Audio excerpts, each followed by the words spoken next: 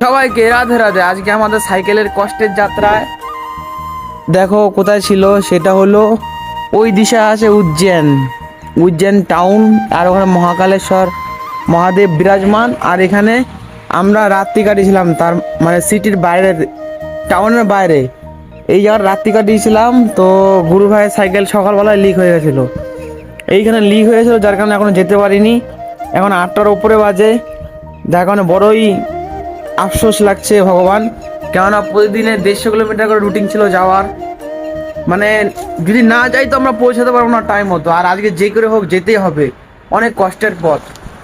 যাই হোক, এখানে আমরা ছিলাম, তো এখান থেকে আমরা এখন বেরিয়ে যাবো। আর রাত্রেবেলা এই বাবা আমাদের থাকার জন্য জায়গা দিয়েছিল এখানে। এই দেখো এখানে টেন্ট টাঙিয়েছিলাম, আর এখানে ছিগল দিয়ে বেঁধেছিলাম সাইকেল দুটোকে। তো কে নিয়ে পালিয়ে যাবে বলা মুশকিল। তো এইটুকুনি দেখানোর ছিল।